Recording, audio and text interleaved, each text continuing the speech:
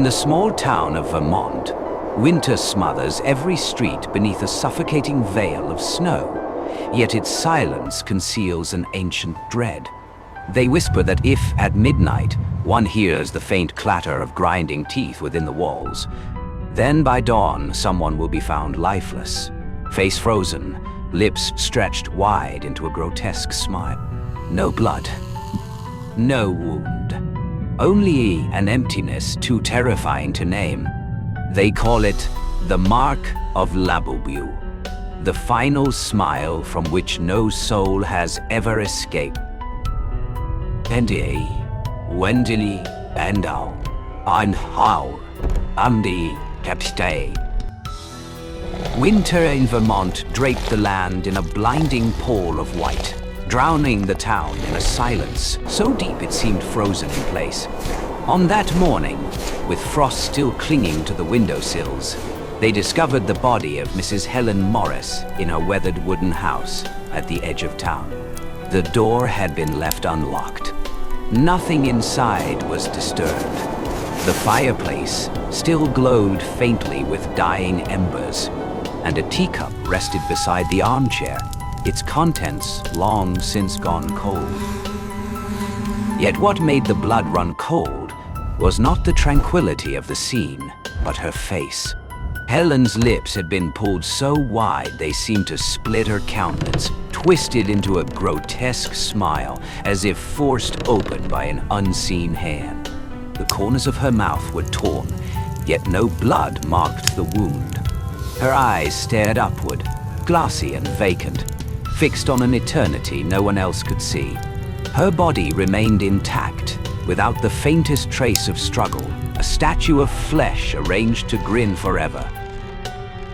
The neighbor later recalled that the night before her death, Helen had complained of strange noises in the wooden walls. Like teeth gnashing, she whispered, but no one paid attention. Now, within the house, as neighbors gathered in uneasy silence, some swore they could still hear that faint, clattering sound seeping from the cracks in the ceiling. The town sheriff quickly dismissed it as an unusual death caused by stroke. None dared to argue, yet those who had looked upon Helen's face could not bear to look again.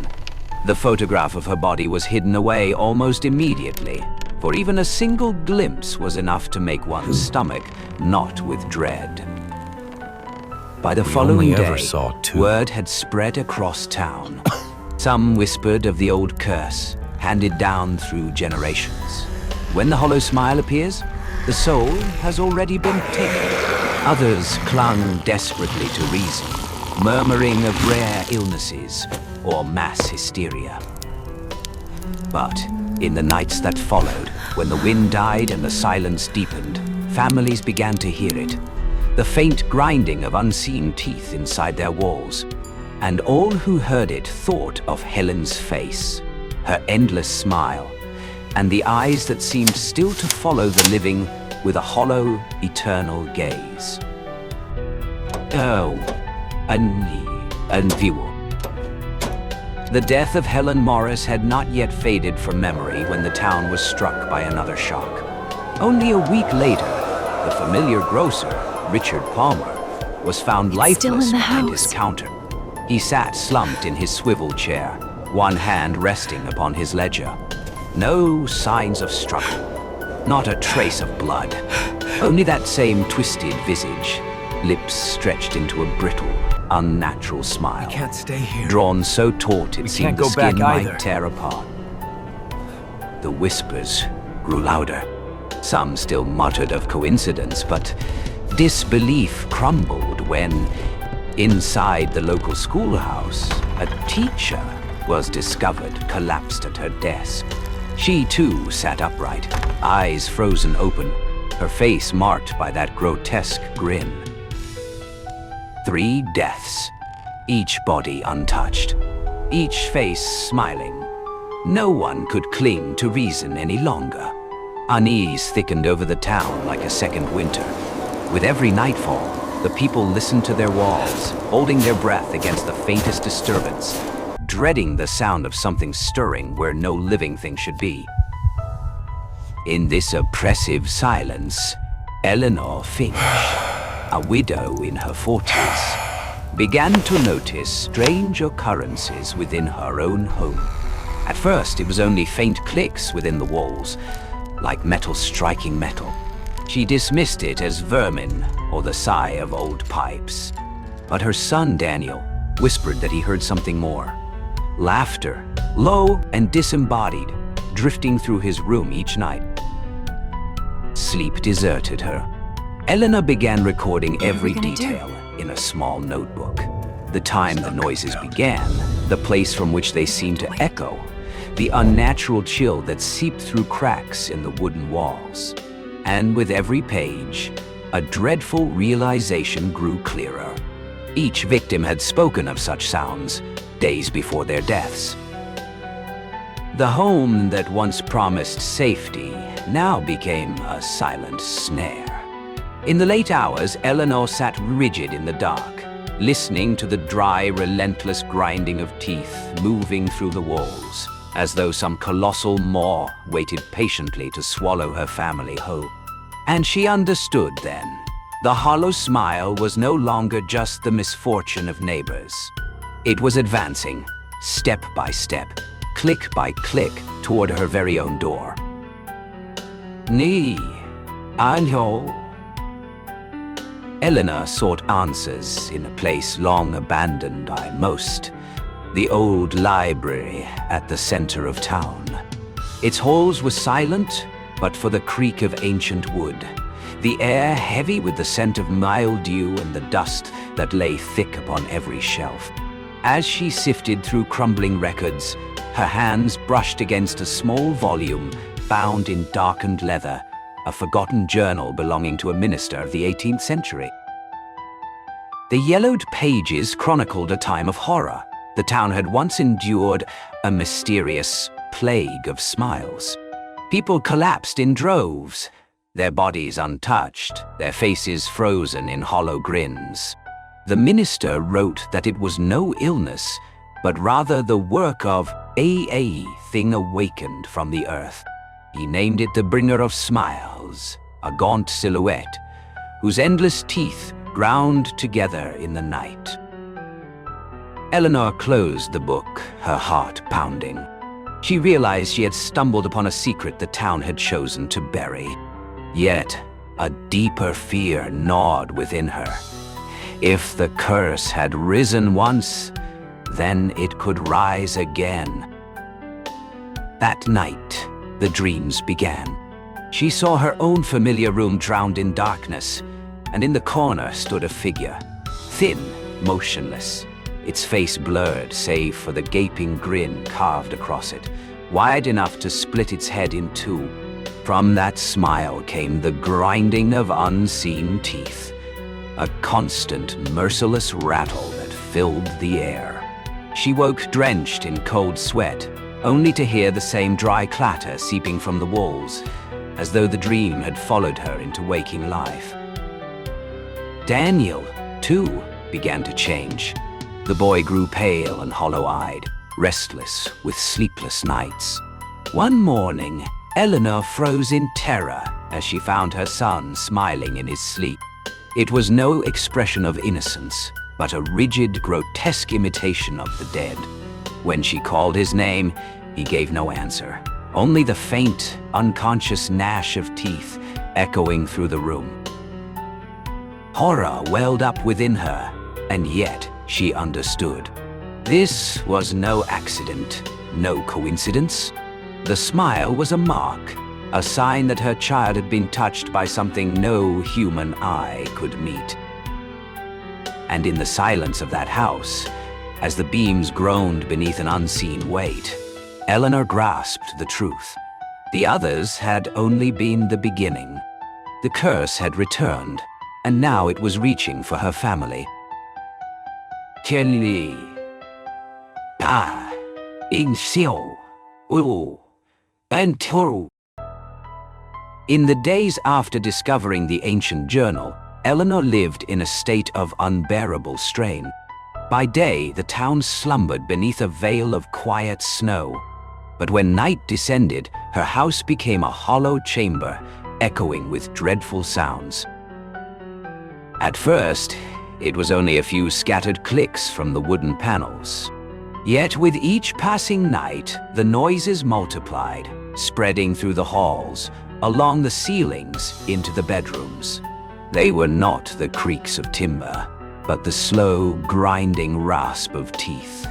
Thousands of them, clenching and scraping together, each movement drawn out as if to torment the nerves of anyone who dared to listen. Eleanor soon noticed strange fissures creeping across the walls. They did not split like ordinary cracks. Instead, they curved into arcs, bending like hidden rows of teeth embedded deep in the wood. She struck them with a hammer, desperate to break the illusion. But each time she did, new fissures appeared elsewhere, even along the ceiling, as though the house itself was sprouting a jaw of its own. Daniel was withering. He no longer ate, no longer spoke, but sat for hours unmoving, his eyes dulled and opaque. One night, Eleanor entered his room and found him seated stiffly on the bed, eyes wide but empty. His face had contorted, lips stretching into an unnaturally long smile. When she touched his shoulder, a sound erupted from his mouth, the hideous gnash of teeth grinding together, inhuman, resonant, and cold. Eleanor wept, clutching her son to her chest. But when she lifted her gaze, she froze. On the wall behind him, a shadow had taken form, gaunt, elongated, its head cocked to one side, as though sharing in Daniel's smile. Its mouth gaped open, revealing jagged rows of teeth, clattering in rhythm with the sound spilling from her child. The room grew icy, her breath clouding the air in pale wisps. She staggered backward, trembling, but the shadow did not fade. It only stood, tilting its head, its grin endless and hollow. Every candle in the house sputtered out at once, plunging the room into a suffocating black. From within that dark, the gnashing rose, layer upon layer, until it seemed the entire house had become a single vast mouth, waiting to swallow them whole. When the lights flared back, Daniel collapsed onto the bed, unconscious. The shadow had vanished, yet the smile remained etched upon his face, warped and unyielding, a scar carved into living flesh. Eleanor understood then. It was far too late to hope for help from the outside. What she had witnessed no longer belonged to this world. She had only one choice left, to confront the nightmare itself before it devoured the soul of her son.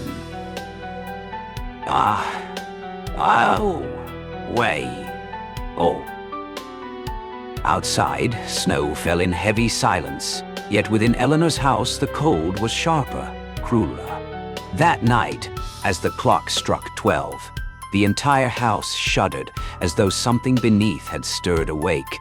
The cracks along the walls widened all at once, aligning into vast rows of teeth, opening like a monstrous jaw. From the fissures poured a grinding cacophony, relentless and deafening, the sound of something long imprisoned rising to the surface. Daniel lay motionless on the bed, his face warped by an unearthly smile that split his features wide. His breath came faint and shallow, but his eyes remained open, fixed on the dense blackness gathering in the corner of the room. Eleanor knelt beside him, clutching his icy hand. "I'm here, my son," she whispered, her voice quivering. Yet Daniel's lips only twitched with that lifeless grin, no words returning to her. Then the darkness began to move. From the fractures in the wall, a gaunt shape dragged itself forth. Its head bowed low, its arms long enough to scrape the floor. And when it lifted its face, Eleanor saw the void-wide grin, mouth split ear to ear, endless teeth clashing in a ceaseless grind that froze her blood. It was him, the bringer of smiles. Labubu. Eleanor felt her will unravel beneath its gaze. In her mind, whispers slithered, hypnotic and cruel. Smile, and I will take your soul. Her lips trembled. Muscles tugged at her cheeks against her will. She tried to turn away, but the shadow had filled the room, its presence pressing down upon her from every corner. In the storm of her despair, Eleanor remembered the minister's journal. A single line had glimmered through the haze of dread. Only a sacrifice born of love can halt the hollow smile. She understood then. To save Daniel, she would give what no one else could. She pulled her son into her arms and lifted her gaze to the entity. "If you must take a soul, take mine," she cried, her voice rising above the grinding roar. "But let the boy go." Labubu tilted its head. Its grin widened, as though it had been waiting for this invitation since time began. It lunged forward, its maw yawning like an abyss. Eleanor shut her eyes, clutching Daniel tight, surrendering to the tide of darkness. The gnashing ceased. Silence swallowed the house. When Daniel opened his eyes, his body shook and tears burst forth. But the arms that had held him were gone. Eleanor was no longer there. On the wooden floor, at the spot where she had knelt, lay a single tooth, long, gleaming like metal, shining cold in the dim light. Daniel cried out for her, again and again, but the house gave no answer. The silence was heavy, as though nothing had ever happened at all. Yet, deep within the walls, faint and steady, a sound endured, the distant grind of unseen teeth, whispering that the hollow smile had not ended. Nen.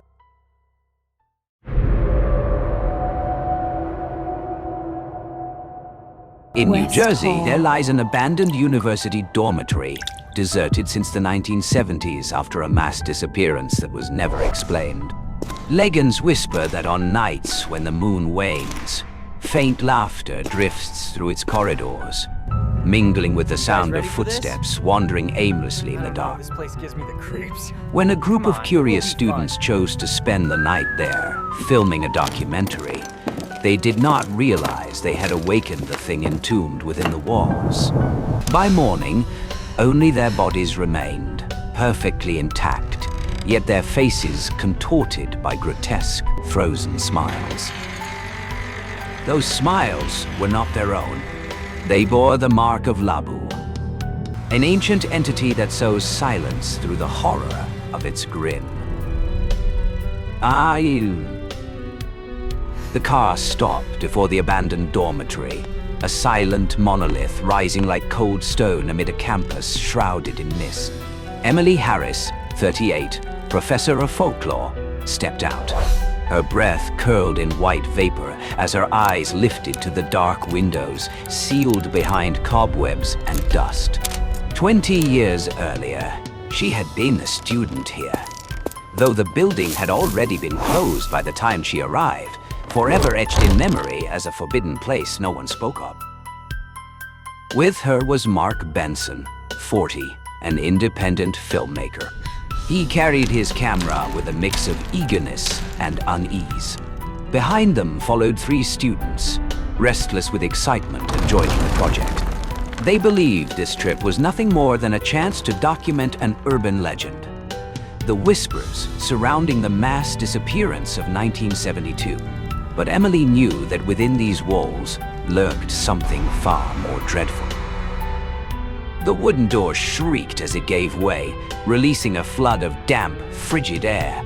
The hallway stretched forward, its peeling paint like rotting flesh. Each step they took reverberated, echoing into an endless void.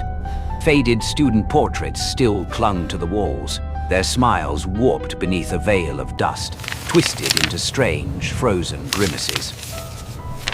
That first night, They laid out their sleeping bags in a large room. Students were found Mark intact, positioned mouths his camera stretched toward the into corridor, unnatural grins. hoping to capture any No sign signs of of movement. violence. Emily sat by the window, sifting through old records of the case. In a yellowed newspaper clipping, her eyes caught a line stark in its brevity. Students were found intact, mouths stretched into unnatural grins. No signs of violence. Around midnight, as the others slept, Emily heard a sound. At first, she thought it was merely wind whistling through cracks. But when it came again, her body froze. It was not the wind. It was a steady, deliberate clicking, as though teeth were grinding just beside her ear. She held her breath, straining to listen. The sound seeped from within the walls, threading through the corridor, reverberating through the very bones of the building like a hidden pulse. Emily's gaze swept the darkness, and in the faint light, she swore she saw the cracks along the wall, bending, curving into the outline of an immense jaw slowly parting. The air thickened with the certainty of a presence in the hallway, watching, smiling, breathing with them. Emily clutched the papers in her hands, her mind sharp with one dreadful truth. This was no legend. They had awakened something. Nay, Sheikh. The next morning, pale light filtered weakly through the dust-choked windows, illuminating the desolate corridor. Emily opened her eyes, her chest still heavy from the night's strange symphony of sounds. She sat up, stepped out of her sleeping bag, and instantly felt the suffocating stillness. No soft snoring, no restless chatter of young students, only silence pressing against her eardrums like a weight. When she turned, her heart seized. On the cot in the corner, Rachel's body lay motionless. Her eyes were wide open, void of pain, yet her face was stretched into a grotesque smile, unnaturally long, her lips frozen in a hideous arc. No wounds, no blood. Simply life gone, leaving behind a flawless shell and a hollow grin. Mark rushed forward, panic in his movements, camera in hand. He tried to capture the scene, but when he played the tape back, the image fractured into streaks of black and white static. Only the sound remained intact. A jagged, repetitive clatter, sharp as bone against bone. The grinding of countless unseen jaws hidden deep within the walls. The two remaining students stood paralyzed, terror etched in their eyes. Emily forced herself to remain composed, though her hands trembled as memory clawed at her. The records from 1972 had spoken of deaths exactly like this. Bodies untouched, preserved as though in sleep, yet every face marred by that unmistakable smile. She knelt beside Rachel, staring at the twisted expression. That smile was not the girl's own.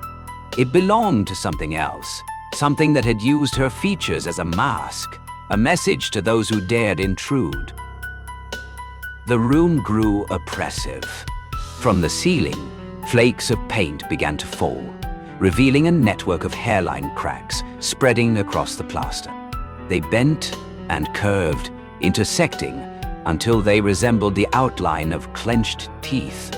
Emily's breath caught. The building itself was changing, reshaping into the vast maw of something monstrous, and Rachel was only the beginning. In that moment, she understood. The dormitory was never abandoned. It was alive. It was smiling through the faces it had stolen, and they had only brushed the surface of the truth. Adi. Arnous.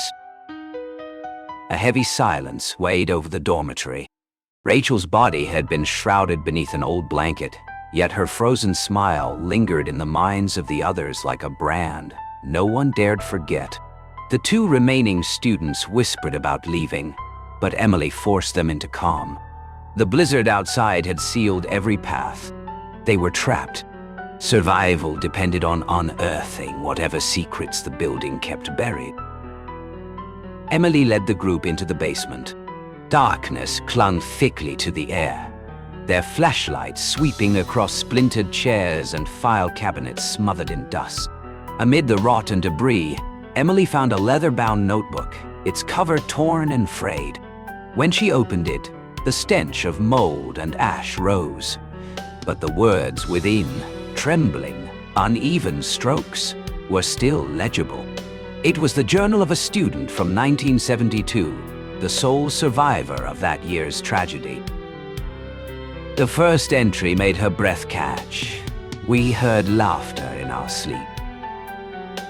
When I opened my eyes, my friends were smiling at me, but it was not their smile.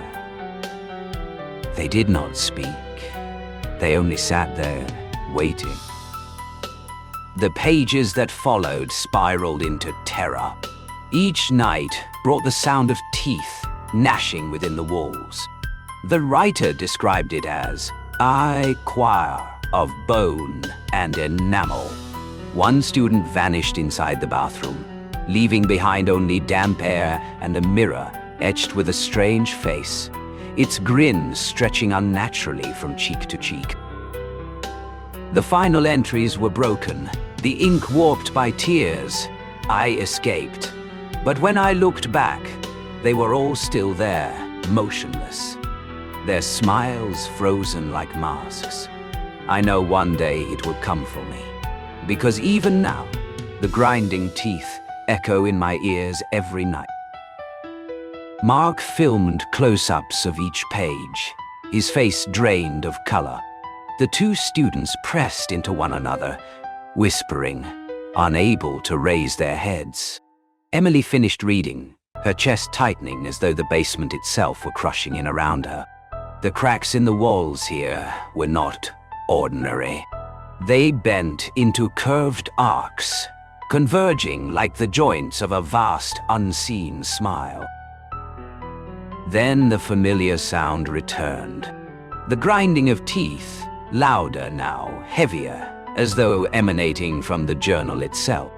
Emily snapped it shut, but the noise swelled, reverberating through the basement, circling them with a suffocating pulse. The flashlights flickered, then died. In the darkness, Mark muttered the name of one of the students, but only faint laughter replied. When the light returned, one of the two was gone. Only a backpack remained on the floor, its zipper torn open, and on the damp concrete, a slender curve had been etched, as though a new smile had just been carved into the world. Emily staggered, her heart hammering. She understood now. The journal was not merely a record. It was an invitation, and the fresh disappearance proved that the cycle of 1972 had begun again.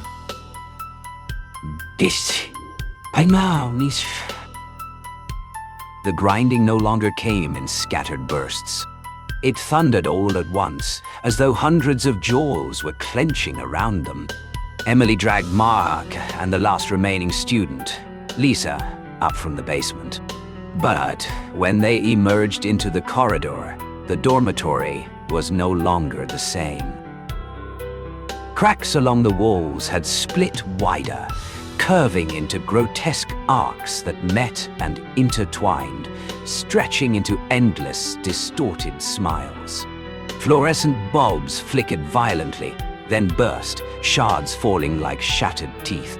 Each step made the floor groan, the sound resonant like a lowered jaw, grinding against an unseen upper. Lisa sobbed, her trembling hand pointing toward the far end of the hall. Doors along both sides creaked open in unison. From within, blurred faces peered out, all of them smiling. No footsteps, no breath, only hollow figures, their frozen grins and vacant eyes fixed upon them. Mark raised his camera, desperate to capture proof, but the lens recorded only a single image, an immense set of teeth filling the frame. He stumbled back in horror. When he looked again with his own eyes, the figures were gone. The corridor stretched empty and endless, saturated with the metallic stench of blood. Emily clutched the journal tightly, searching for guidance. In the final entry, the survivor of 1972 had scrawled, "If you want to escape, you must return to the place where it first began to smile. But beware, the smile never closes." "The common room," Emily whispered. It was where the students had once gathered, the heart of the dormitory. They raced up the shadowed stairwells. On each floor, the walls trembled, plaster crumbling like gums seeping blood. Overhead, cracks stretched into curving lips, drawing shut as if the entire building were preparing to grind them between colossal jaws. The common room stood open. Inside, the vast space yawned beneath a ceiling torn away, exposing the ashen sky. Yet the clouds had contorted into the form of a monstrous smile, upper and lower masses pressing down upon the structure. On the floor, desks and chairs were arranged in a perfect circle. At its center sat a fractured mirror, but the reflection it gave back was not their own. Instead, it revealed another room, brighter, filled with students sitting in silence, every one of them smiling. Among them, Emily recognized Rachel and the student who had only just vanished. They waved, their grins twisting, stretching impossibly wide. Lisa screamed and rushed forward, but Emily seized her arm and pulled her back. At that instant, the mirror splintered with a shriek, the sound of teeth grinding echoing through the chamber. Cracks radiated outward from the glass, racing across the walls, threatening to tear the building apart. Mark shouted, "It's swallowing us!" And it was true. The ceiling sank lower, the floor swelled upward, furniture and debris sliding into the widening void at the center of the room. A true mouth had taken shape, and they stood at the edge of its throat. Emily knew with terrifying clarity, unless they found a way to end the cycle, they would be consumed, their faces added to the endless, eternal smile. Ni? Oh. The common room shuddered violently. Cracks widened along the walls, bending into grotesque curves like sprawling mouths. Segments of concrete broke loose, crashing down with the sound of teeth being torn from bone. The dormitory itself was sealing shut around them. Mark clung to the camera, his hands trembling uncontrollably. "We have to break the mirror," he shouted. Lisa screamed, clutching her head, as the deafening grind of invisible jaws roared in her skull, driving her toward madness. Emily tightened her grip on the journal. The words returned to her mind. "If you want to escape, you must return to where it first began to smile." Her gaze fell upon the fractured mirror. It was the threshold, the origin, and the end. "Don't look at it," Emily cried, but too late. Lisa's eyes had already locked onto the faces within. On the other side of the glass, Rachel and the vanished students smiled back, their grins splitting wider, tearing toward their ears. Lisa's body trembled, then lurched forward into the circle of chairs. She hurled herself at the mirror and vanished, her form swallowed in an instant, leaving only a shrill, piercing laughter echoing in the chamber. Mark staggered backward, his face pale. "We can't escape. It wants us. It wants everyone to smile." Emily knew there was only one path left. She tore pages from the journal, and scattered them around the mirror like a seal. The words, written in a desperate, trembling hand, ignited the moment they touched the ground. Green fire erupted, casting the chamber into an unholy glow. In that light, its true form was revealed. Not a person, nor a multitude, but the dormitory itself. Every wall was a gum lined with teeth, every crack a bleeding fissure, every window an unblinking eye. The structure laughed with its entirety, its smile eternal and unyielding. Emily turned to Mark, her gaze steady. One of us must remain to bind it. You must survive to tell them what waits here. Before Mark could protest, she hurled herself into the mirror, clutching the journal tight against her chest. The green blaze consumed her, devouring both her body and the glass. The room convulsed with a final thunderous gnash of teeth, and then fell silent. When Mark opened his eyes, the dormitory lay still. The cracks had vanished, the ceiling restored, the mirror reduced to a scatter of lifeless shards. Lisa, Rachel, the countless others, gone without trace. He stumbled outside. The sky was clear. The storm had lifted. Yet, within his ears, faint and insistent, lingered the grinding of unseen teeth. Like a lullaby, both familiar and inescapable. Mark understood then. The loop had not ended. It merely waited, patient, for another smile to open it once more. Ooh, ni nei, ein dao. Hi.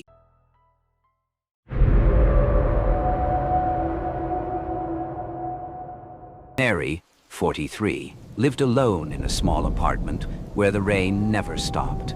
One restless night, she downloaded Tinder, seeking a trace of warmth from a stranger's presence. Among hundreds of faces, one profile stood out, a blurred photo, eyes that seemed to pierce through the screen, marked only by a single letter, LL Ball. She swiped right. The screen went black. Silence swallowed the room. From that night on, the photo of Elle began to change each day, subtly reflecting the very room she lived in. When the police finally arrived, Mary's phone was still glowing on the floor, displaying only one message. You've been chosen.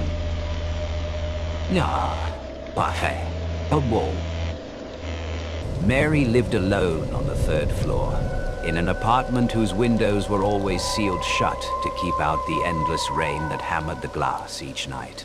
Since the divorce, the place had grown colder, emptier, like even the walls had given up on warmth.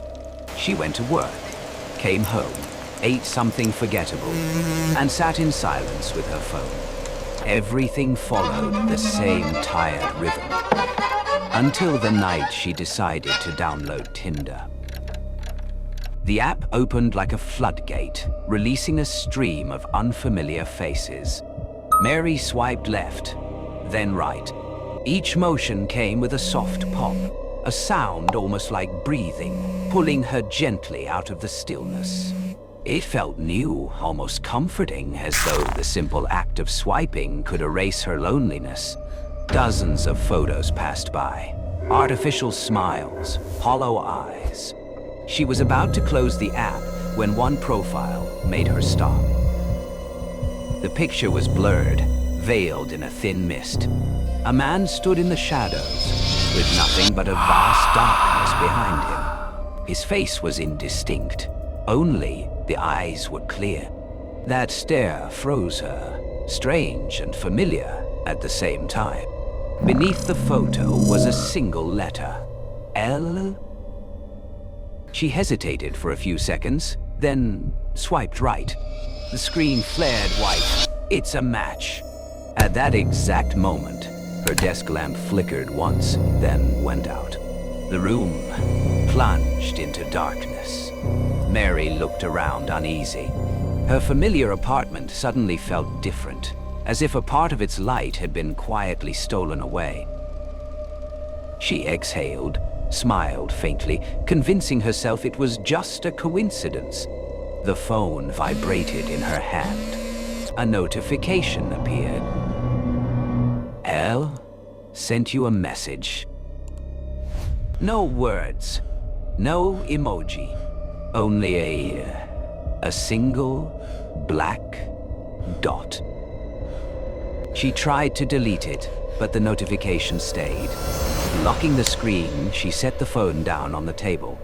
In the hush of the room, the rain whispered against the windows, and beneath it, faintly, came another sound, like the soft drag of fingertips gliding across glass. Mary lifted her head, listening. Nothing. Then the screen lit up again. The photo of Elle had changed. He was no longer standing in the dark.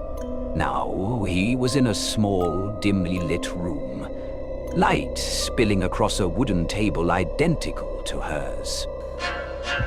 Her heart thudded.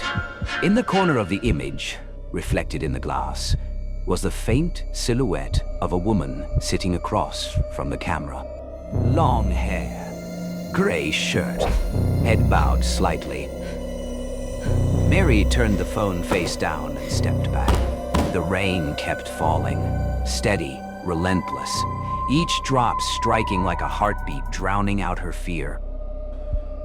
In the dark, the phone screen lit once more, its blue glow crawling across the table, flickering against the ceiling, pulsing like the breath of something waking up. Nah. Mary woke the next morning, caught between sleep and wakefulness. On the table, her phone was still glowing, Tinder open, though she was certain she had closed it the night before. The message icon pulsed again and again. She tapped it open. The inbox was empty. No profile named Elle, no saved conversation. But his photo was still there, sharper now, more defined. This time, the man stood before a window with faded floral curtains, exactly like the ones in her apartment. Mary tried deleting the app, but seconds later, the Tinder icon reappeared on her home screen, as if it had never left. A flicker of unease passed through her. She convinced herself it must be a software glitch. At work, she set the phone face down, yet the faint buzz of notifications persisted. Long, uneven vibrations, like the rhythm of a heart that didn't quite know how to beat. That night, she turned off the lights early. The rain outside was relentless. Somewhere in the apartment came a soft tapping against the window pane. 3 knocks, spaced apart. Mary sat up, pulse quickening. The air thickened until it felt like she was breathing through water. She approached the window, lifted the curtain. Only darkness. No movement. Then, behind her, the phone screen blinked to life, casting a thin blue glow that crawled across the ceiling. She turned. The profile photo of Elle had changed again. His face was now disturbingly clear, his smile stretched too wide. Wrong. Behind him, the same window, and a hand pressed against the glass at the exact spot where she had just been standing. Mary threw the phone onto the chair, yanked the power cord from the wall, and shut off every light. The room was swallowed whole by darkness. But beneath the rain, a new sound began to emerge, faint, deliberate. Swipe, swipe, swipe. The unmistakable rhythm of a finger sliding slowly across a screen. Everything in the apartment felt misaligned. The window was cracked open, though she hadn't touched it. The curtain swayed, but not with the wind.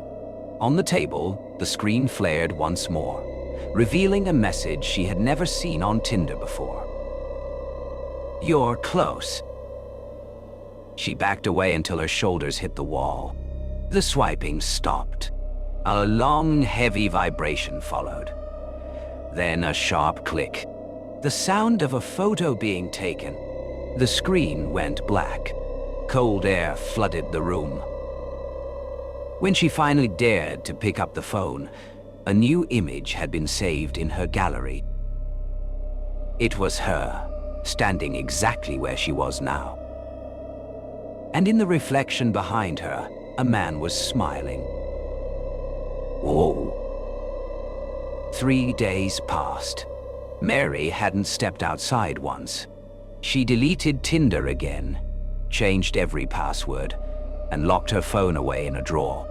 Yet each time she walked by, she could still hear it.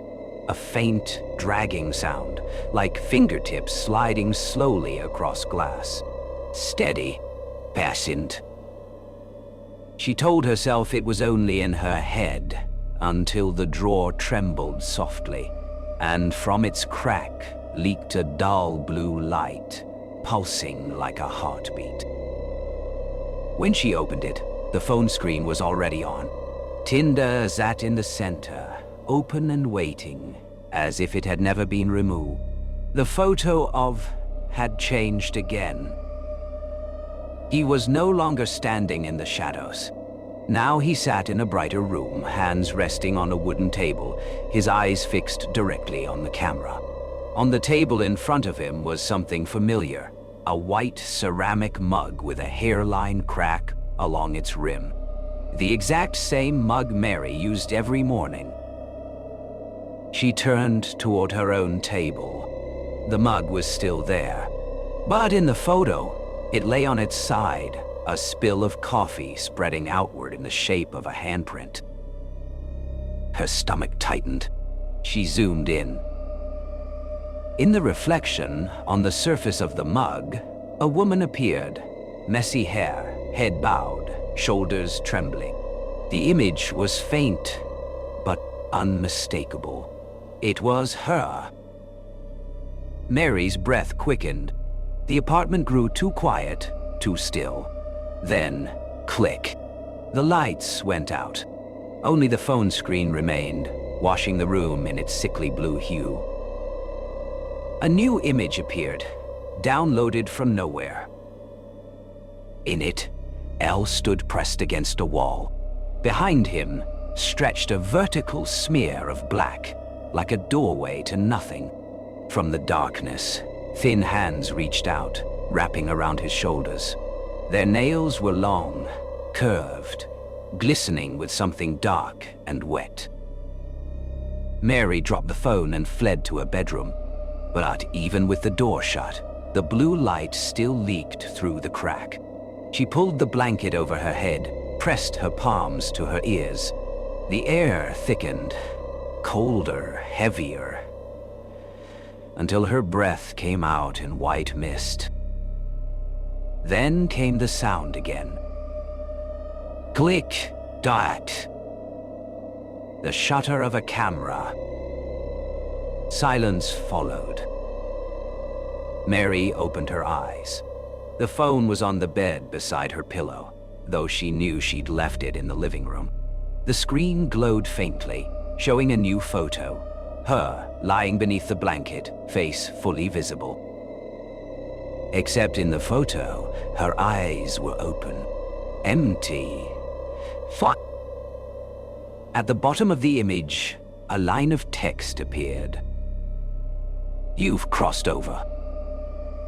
She hurled the phone to the floor, gasping, but then her own voice, lower and distorted, crawled out of the speaker.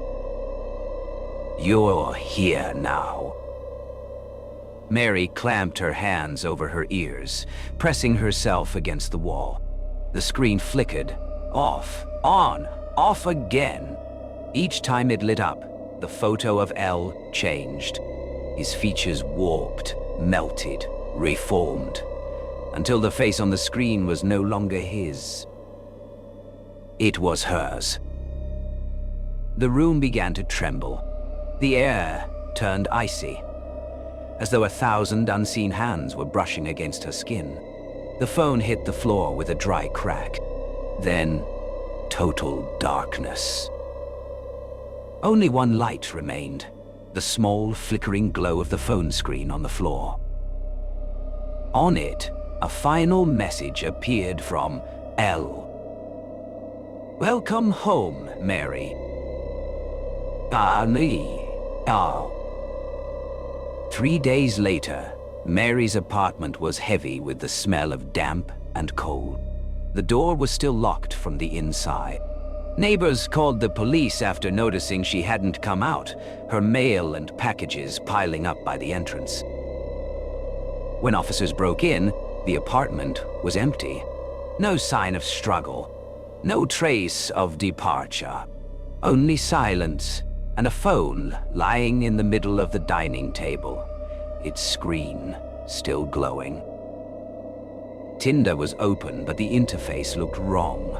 There was no search bar, no carousel of faces, just one full-screen image, the corner of Mary's living room, where she used to sit. The picture was hazy, but the outline of a woman could be seen, her back turned toward the camera. One officer tapped the screen. The image flickered and changed. The next photo showed the same room, now empty, the light fading.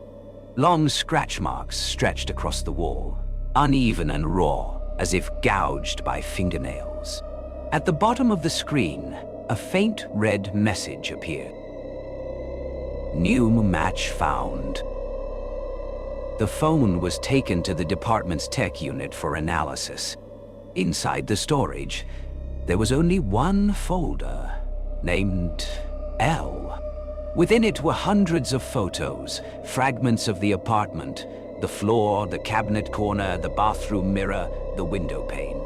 In some of them, a distorted face could be seen, reflected in the glass, as if pressing from the inside, desperate to get out. A technician opened the final file, maryfinal.jpg. The image loaded slowly, taking over 10 seconds to appear. When it did, the room was completely dark, except for a small light at the center, the glow of a phone lying on the floor. In that faint illumination, a pair of bare feet stood beside it. The face above was hidden in shadow. As soon as the image finished loading, the computer went black. The entire system crashed. Before the power cut completely, one message flashed on the monitor for less than a second. "She's not gone." That same evening, at Mary's old apartment, Sarah, her only co-worker, came to pack up her things. The air inside felt strange, heavy. Everything was untouched, except for the cracked mirror on the wall and a faint handprint on the table, as though someone had been sitting there moments ago. Sarah found a second phone, Mary's work phone. The screen was locked, but when she powered it on, there was only one app visible: Tinder. No icons, no settings, just that. She meant to turn it off, but her finger brushed the screen by accident. The app opened instantly. No login required. A single profile appeared. Mary's face, eyes hollow, lips pale. Beneath the photo were the words, "It's a match." Sarah dropped the phone and stepped back. Before it hit the floor, the screen rotated, the front camera turning on by itself. For a split second, Sarah saw her own reflection. Her face stretched, distorted, the eyes sunken deep. She screamed and bolted for the door, but it wouldn't open. The lights dimmed. The only sound left was a soft, constant buzz, vibrating from the phone lying motionless on the floor. When the police returned the next morning to look for Sarah, the apartment was empty again. Everything exactly as before, except for one detail. On the table, a phone rested with Tinder open. The image on screen showed a brighter, cleaner room. Yet in the reflection on the far wall, two silhouettes sat close together, heads bowed toward the camera. The final line pulsed softly on the screen, in rhythm with a heartbeat. New match found. Nay. A month later, the building where Mary once lived stood abandoned. Locals whispered that every night, a faint light flickered from the third floor, from apartment 3B, the place where she vanished. The night guard claimed he sometimes heard soft laughter and rhythmic knocks echoing through the walls, as if someone were trying to send a message. No one dared to live there anymore. But Mary's story didn't end there. A new Tinder profile appeared online under the name at Mary 3B. Its profile picture showed the corner of a dimly lit room with the silhouette of a woman sitting with her back turned. No bio, no details, just one chilling line beneath it. Swipe right if you're alone tonight. Everyone who matched with the account vanished within 24 hours. A few friends, driven by morbid curiosity, tried creating fake profiles to investigate. They reported that the moment they hit like, the app's interface changed. No user list, no chat window, only the front camera turning on. In the reflection, they saw themselves, pale, trembling, and behind them, a shadow of a woman slowly moving closer. A software engineer named Ethan decided to dig deeper. He believed it was a sophisticated prank or a viral marketing stunt. He downloaded the suspected version of the app and began decoding its source. Inside a hidden directory, he found a strange line of code, repeated hundreds of times. Match a merge. Following it were countless image files, each named after a real person, tagged with the date of their last activity. The final file was labeled ethanpreview.jpg. He opened it. The photo showed his own room, captured from an angle where he had never placed a camera. In the image, Ethan sat before his computer, while behind him stood a blurred figure, head tilted, smiling. The lights went out. The screen glowed red. Words began to pulse across it. It's a match. The next morning, when his coworkers visited, Ethan's computer was still running, but his chair was empty. Tinder looked completely normal, except for one small change. The profile at Mary 3B had a new picture. Now, in the ghostly frame, two figures sat side by side, staring directly into the lens. They say that every time Tinder rolls out a new update, the line of code match HE merge remains. No one knows who put it there. Some claim they've seen Mary's face among their suggested matches. Sunken eyes, cracked lips, a smile torn too wide to be human. But whenever they try to screenshot it, the app instantly crashes. And later, in the inboxes of those who ever matched with her, one final message always appears, no matter how many times they delete the app. You're next. No.